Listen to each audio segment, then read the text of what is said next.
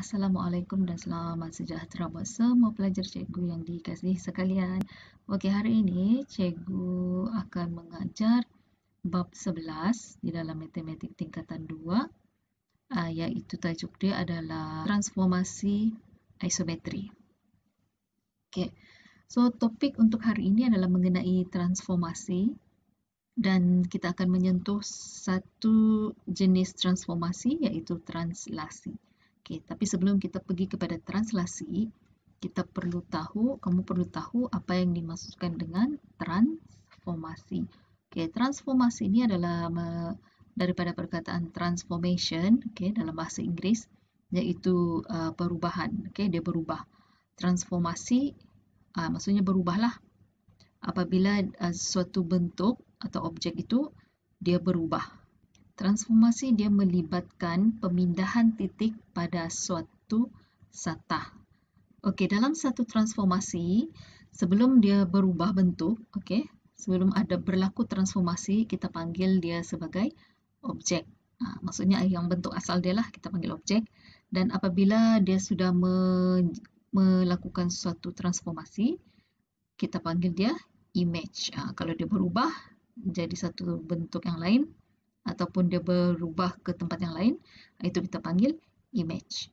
Okey, ada objek, ada image. Objek adalah bentuk asal dan image adalah selepas dia melakukan transformasi. Merupakan suatu pergerakan dengan orientasi dan padanan yang tertentu tanpa mengubah rupa bentuk. Okey, tanpa mengubah rupa bentuk. Dia transform, dia berubah, mungkin dia bergerak ke kiri, ke kanan, dia jadi terbalik atau dia jadi berputar. Okey, dia berubahlah, tetapi dia tidak merubah rupa bentuk dia. Okey, kalau sekiranya bentuk dia berubah, itu tidak menunjukkan transformasi lah. Okey, dia mesti sama bentuk. Okey, bentuk yang sama. Okey, kita tengok contoh satu. Okey, antara yang berikut, yang manakah menunjukkan transformasi dan mengapa? Okey, A. Adakah bentuk ini dari A dia pergi B, adakah dia menunjukkan transformasi? Bentuk dia tidak berubah, cuma dia berputar. Okey, jadi ini dia menunjukkan satu transformasi lah, sebab bentuk dia tidak berubah. Okey, yang B ini adalah transformasi. Okey, yang B dari M dia berubah, M dia ini yang asal dia pergi berubah menjadi N. Okey, ini pun menunjukkan transformasi. Okey, dia ada transformasi lah, dia berubah sebab bentuk dia masih sama, cuma dia berubah tempat saja, dia undur ke belakang dan ke bawah sikit. Okey, dia pergi ke belakang kemudian dia turun bawah. Ini juga menunjukkan satu transformasi lah. Okey, yang C, tengok daripada P berubah jadi Q. Okey, kalau kamu tengok ini dia punya bentuk sudah berubah. Jadi ini tidak menunjukkan transformasi. Okey, sebab transformasi itu dia mesti mengekalkan dia punya rupa bentuk. Okey, D ini pun kalau dari K dia berubah jadi L, ini pun dia bukan transformasi sebab dia punya bentuk berubah. Okey, itu maksud dia ada menunjukkan transformasi ataupun tidak. Okey, kalau transformasi ingat dia mengekalkan dia punya rupa bentuk, cuma dia punya kedudukan sahaja yang berubah. Okey, yang ini contoh kedua, raja di sebelah menunjukkan A, B, C, D, E, F ialah objek. Okey, ini adalah objek lah. Kemudian P, Q, R, S, T, U adalah image. Okey, ini yang asal. Okey, kemudian dia berubah jadi yang P, Q, R, S, T, U. Dia jadi ini.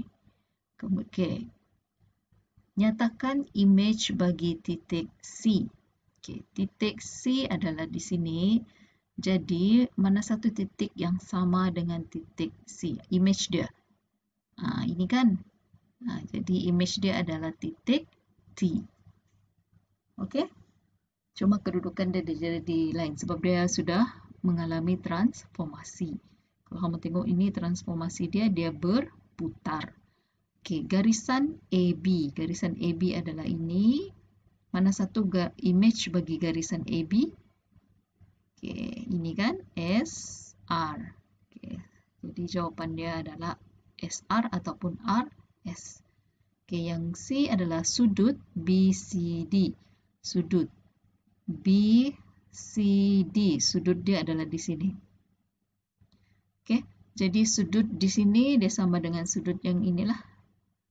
Sudut dia adalah STU. Sudut BCD, dia punya image adalah sudut STU. Okey, dia punya sudut sama. Okey, yang seterusnya di dalam transformasi adalah kekongruenan. Apa yang dimaksudkan dengan kekongruenan? Okey, dua objek adalah kongruen jika kedua-duanya mempunyai bentuk dan saiz yang sama. Okey, kalau dia mempunyai bentuk dan saiz yang sama, maka dia adalah kongruen lah, tanpa mengambil kisah dia punya arah. Okey? Okey, contoh. Antara dua pasangan raja di bawah, yang manakah kongruen? Okey, A. Kamu sudah nampak sini, dia punya saiz tidak sama. Jadi, dia tidak kongruen. Okey? Kemudian B. Ini kongruen, dia punya saiz sama, cuma kedudukan dan orientasi dia yang tidak sama. Arah dia jadi terbalik bahkan. Jadi tapi dia kongruen sebab bentuk dan saiz dia adalah sama.